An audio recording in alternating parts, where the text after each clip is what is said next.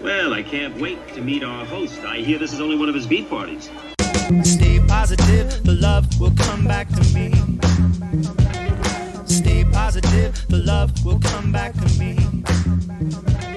Stay positive, the love will come back to me.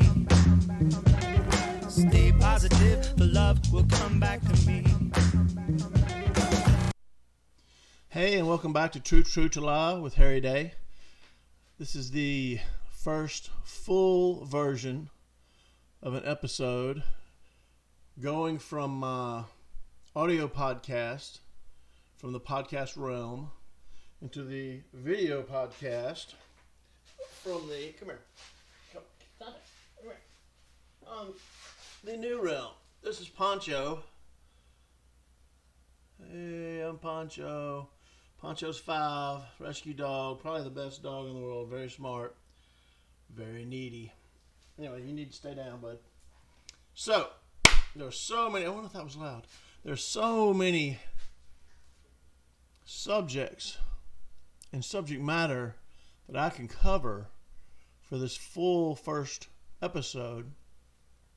And instead of bringing up a brand new one that won't coincide with my audio podcast and all this mumbo jumbo I'm saying, I'm going to bust out of it here in just a second, kind of like old crust off a wrench or something.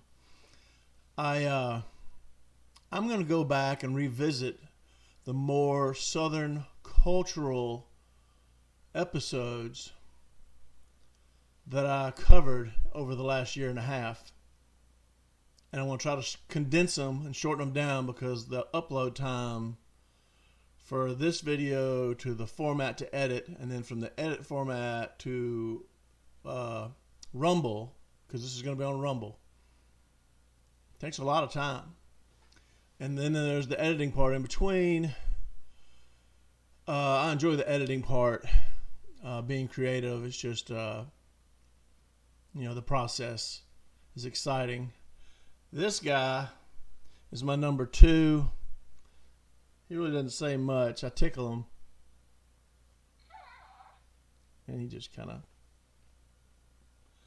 really doesn't do anything, does he? So, who I'd like to talk about for Too True to Lie Southern Cultural Podcast is Reverend White, the black man. He lives in a city, and it's not even a city, it's a dying town where people don't stay. Like most rural towns. It's 30 miles from here, maybe 20. Elderly black man, very old, still drives a pickup. I first met him through my neighbor, Greg Harkins, here at the end of the driveway, who is a master rocking chair maker. But he's more than just a rocking chair maker. He has big gardens. He has goats. He has pigs on occasion. He has lots of chickens. He has ducks right now, but it seems like the pigs and the ducks were in the same pen. And one morning there was one less duck and a lot of feathers. And so the obvious answer would be the 8 piglets ate a duck. And they probably did. I would say the mystery would be, because we've seen them, did a huge red-tailed hawk perch up in the tree, drop down, kill the duck, could not lift it out because the Muskogees are big ducks. They're eating ducks, really. Chinese Peking ducks, however you want to put it. Did it kill it? Could it get it out? And then the pigs devoured it? Either way, a duck died and the pigs devoured it. And they will eat anything. I'll get into that another time. I have a great story about the pigs he had previous to these piglets. These were grown pigs that ate deer heads and snakes. Well, that's the story. But, got an itch. Usually when there's a bust up like that, there's a break for some. What am I drinking? I am drinking Arizona green tea on ice.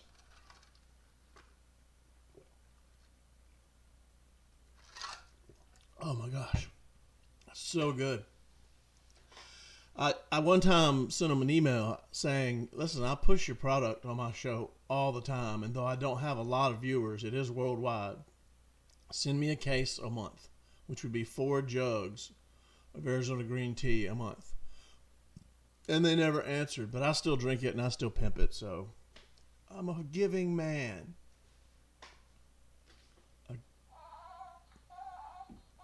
Oh, it's okay. We'll get you some tea. So, I don't usually do stuff like that. It's silly. Reverend White, the black man. Greg and I were never really sure if he was an actual reverend. He probably was. He probably had been. He's got to be 90 years old. He is as dark as the darkest chocolate color. He's not dark black, and I'm not being racist. I'm just going by color. My skin is muddled, you know. I've got freckles. I'm getting age spots. I've got unshaved beard. I mean, I'm splotchy. How about that? I'm splotchy, and I don't mind. You can call me splotchy if you want. It's not gonna hurt my feelings. Words don't hurt.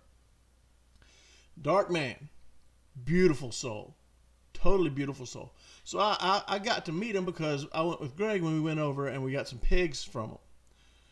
And I'm pretty sure I had to get in his makeshift pens and grab the pigs when they were still small by the hind legs and hand them over the fence, which was made of pallets. You had a pallet fence in front of the sheds that made the pig pens. They were all in a row, like 5 of them. So I hand them out, and we take them home and put them in Greg's pen. They get out all the time. They get in my garage and eat my deer corn. This was years ago. We have since butchered and eaten them. I may still have some of their ham hocks in my freezer. Well, that's how I met Reverend White. And he took a shining to me right away because I just jumped right in, knowing nothing about pigs, grabbed them by the hind legs, put them out, jumped in and out wearing mud boots, nimbly, and he liked me. And I love Reverend White. Beautiful man. Well, anyway, Greg said within the next 6 months or so, Reverend White is going up to Durant. That's 2 cities north of Pickens where Reverend White is. That's 3 cities from me. And they're small towns, small country towns, kind of mirroring I-55, the interstate. And Greg says, yeah, he's pulling down a house.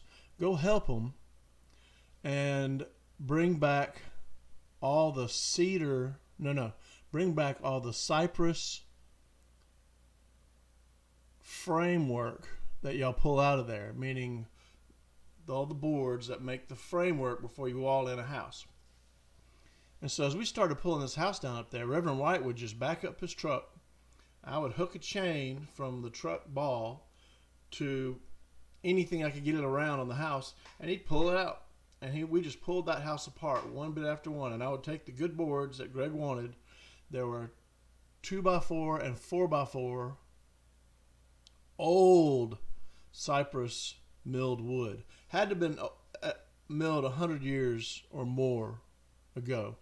We found square nails studded all the way up a lot of the original boards that made the frame of this house.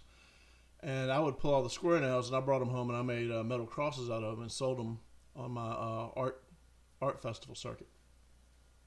Of course, Greg wanted some too, but then he gave them back to me to make some more crosses. So we did this all day, and Reverend White was just amazed at my work ethic. And I'm like, what do you mean, Reverend White? I don't know his first name. I was just calling him Reverend White. Or Mr. White, but I think I called him Reverend White. Older man, work every day, all day. Maybe not lifting and hammering, but he would be working. And very impressive. Cool old guy. So we're getting the work done and we're taking a break. And he's just, like I said, he's marveling about my work ethic. And I'm like, what? I'm just hooking up a chain and getting out of the way and then moving some boards over to the trailer to take to Greg's. He goes, I know, but you don't take a break every 30 minutes. You don't sit there and stare at your phone. You don't leave at lunch and not come back. Apparently his work or his workers are like that. It's hard. Apparently, it's hard to get good workers in Pickens or around that area. Greg has the same issues. He goes through so many workers with his chair shop. Just they can't work as hard as Greg pushes them. Greg used to work that hard, and he's worked me that hard. I've worked for him on and off for 20 years. Mostly now it's just weaving chairs, but sometimes doing chainsaw work, bringing down trees, harvesting bark. That's another show on its own. That's been in Southern Living. That's a magazine, and a lot of other magazines and news shows. He's had a lot of press. Greg has. So we get our work done, and Reverend White didn't have to pay me because I was working for Greg, and I helped Reverend do his job, and so he thanked me for my good work and all that, and I shook his hand, you know. And when I really care for someone, or if I'm impressed or just in a very humane mood, it's the two-hand shake. I shake your hand and I back your hand and I shake it, and I put all my positive energy into you. I'm not meaning to, but it happens. So we go our separate ways. I didn't see him again. I never saw him again. And I'd hear years later Greg saying, I don't think Reverend White likes me anymore. He never calls. I never hear from him. I've gone by his place to get a pig or to go take him something, and he's not there. He's not around. I think he might have died. I mean, he's old. Methuselah old. But rough-hewn leather, this guy. Pigskin leather. And one day I'm walking from my house down to Greg's, and I walk right past this truck and go inside Greg's house. And he and another man are in there talking. And Greg's like, yeah, Reverend White's out there in the truck. You know, and I was like, Reverend White's alive? He was, yeah, I wondered too, but he's alive. He's out there in the driveway. I was like, I'll be back. I went outside and talked with him for like 15 minutes. He remembered me, you know, good worker, Durant, pulling the house down. He's still going, I think. He's still going. And it's so amazing. The last story I heard was he had a brother-in-law living in a trailer on his property. He had his own property with his pigs and a nice brick house. It was older, but it was a nice brick house. He kept up with the stuff. He was a worker all his life. He was never on the government dole. Not that everyone is. And he went out of town to visit relatives, and he asked his brother-in-law, who was his sister's ex-husband or whatever, who knows, baby's father, baby's daddy, to feed the pigs. All you got to do is feed the pigs. And when he got home, his biggest sow, who had mothered 8 or 9 piglets, was dead in the pen, and it had been shot. And he's like, what in the hell happened? And his brother-in-law was like, I don't know. I came home and it was like that. Turns out his brother-in-law shot it because he was tired of feeding it. That doesn't make sense, but people don't make sense. So that's apparently what happened. So now he's got all these piglets, and he knows what to do with them, but he's got to figure out what to do with them. I mean, he could pay extra to keep them fed and mothered, or he could sell them. And so he sold them, and Greg bought most of them. He bought 9 and cooked 1 right away, so there's 8 down there. I take all my leftover foods. I just walk it down there in a bowl. I'll keep it for a few days in a bowl, in the sink or the fridge or whatever, just food that we wouldn't eat or food that had gone bad. I'll take it down to the pigs, throw it in there, and they eat every ounce of it. Pigs are amazing. They eat everything. Like I said, they eat bone, they eat antlers, they eat brains. It took those 2 older pigs 3 days to eat a snake because they were scared of it the first day, wary of it the second day. The third day it was gone. Nothing came in there and got it. The snake was eaten. There's an old saying, do not pass out in the pig pen. You pass out in the pig pen, you might not wake up. You might get eaten unless someone comes and rescues you or wakes you up or gets you out of there. I mean, if you're so passed out, you can't feel them eating your muscle and then your bones, you're gone. You'd have to be drunk, so drunk or passed out or whatever. But that's an old saying, do not pass out in the pig pen. So Reverend White, what I missed when I was working with him, it took more than one day. I had to go find him to see the house that day we pulled down, to see what we were going to do, and then come back. I worked for him 2 times. We pulled one house down for 2x4 boards, and then the second house had all those old rough-hewn boards. Well, in between, before the first house, I was trying to find them so I'd know where to come to work. That's what it was. This is chronologically going backwards. So I find the house, but he's not there. And so I get in the truck and pull out to Highway 51, which is the state highway that mirrors Highway 55 that all the towns are on. And I see him go past in his truck going south. I'm like, oh, there he goes. And so I pull out, catch up with him. I'm honking my horn. We're out of the city limits now into farmland. I'm honking my horn and flashing my lights. And he speeds up a little bit and keeps going. I'm honking my horn and flashing my lights. This is 5 miles to the next town. We get into the next town at a stoplight, and I roll my window down. This is probably in the spring or the summer or the fall. But not the winter. And I'm like, Reverend White, it's me, Reverend White. And he stops, and he waves. And so he pulls over, and I pull over, and I walk up, and I was like, I've been following you for 5 miles, honking and flashing my lights. And he's like, I know. I'm an old black man. I'm not pulling over until I get into a city. And, if he's an old black man, that means he lived through the whole pre-civil rights stuff. And he had to go through all that crap that the black people had to go through. That all my life I've never understood. It's like, it's easier to sit there and say, okay, you're from, you're from Syria. And you're from Israel. And you look like you're from Syria. And you look like you're from Syria. Or you look like you're from Israel. And you look like from... Y'all look the same. You look the same. You got different religions. I don't get it. I don't get it. You're not supposed to kill over God. You're supposed to love, right? People, man. My friend Dave Drain used to say effing people. But he'd say the word. I'm not going to say it on these shows.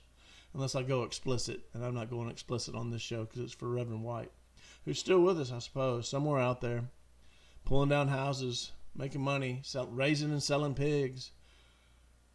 But I love the man. And would do anything for him. And I've only met him 5 times. But you work for a guy who has so much character. And is so pure at heart. And is a worker, a hard worker. What a man, what a guy. You know, that's the South to me. And my relationship with him, or Greg's with him, is the South. Because skin color doesn't mean a damn thing. Oh my gosh, I've gone 18 minutes. This is going to take so long to upload and download. But I'm going to cut it here and not tangent out like I usually do and just start, I will fall off into talking about burning cardboard and paper on my burn pile and the stuff that we do there and how my son likes to shoot bottles over the burn pile because that's where I let him shoot bottles, fill them with water, get his 22 out so he can learn how to pop. Pops these bottles, splash, glass all goes down into the burn pile, have a big fire on the bonfire burn pile, the glass just melts down to soft edges. Who cares? Can't get hurt. The nails you got to watch out for. The tacks you got to watch out for because I've burned a few chairs in there. But that's another great thing about living in the country. I can just burn what I want out there or I can feed it to the pigs. Anyway, my name's Harry. This is Too True to Lie. My older shows are on where any podcast is cast. All the popular ones for sure. Too True to Lie, Harry Day. I'm going to preach this every show. The ripple effect of kindness. You're kind. This is someone kind, right? This is no. I'm someone kind. This microphone is a person I'm interacting with. I don't know who they are. I'm just paying them money so I can get my bread. I'm like, thank you, ma'am. Have a good day. I appreciate it. And she's like, that white man was nice. He's in a good mood, you know. And then she's kind of, who knows how long it'll last. It might not last long. Her life might suck. She might be in the middle of a relationship issue or a sick parent or something. But that moment, she could be friendly to the next person and the next person and the next person and the next person. And then all those people ripple out kindness. It's called the ripple effect. And I'm all about rippling out kindness. So be kind to your family, your friends, your strangers. Yes, ma'am, no, ma'am. Hold the door open for anybody. Let people go in front of you. Let people cut line. Who cares? What's a minute? What's 10 minutes? It's nothing. It's a snap. And as usual, I've got to stop staring. I need to put something up in a place where my face can be seen. As usual, I wish all of you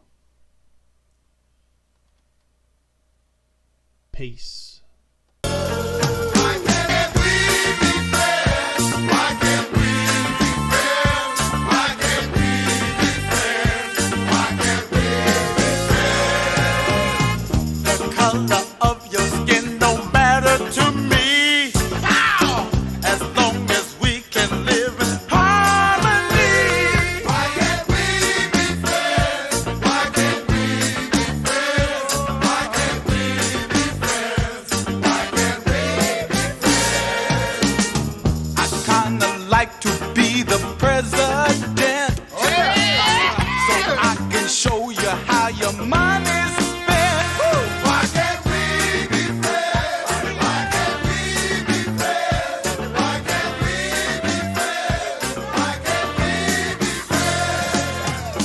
Sometimes I don't speak right, but yet I know what I'm talking about. Why can't we be friends? Why can't we be friends? Why can't we be friends? Why can't we be friends? I know you're waiting for the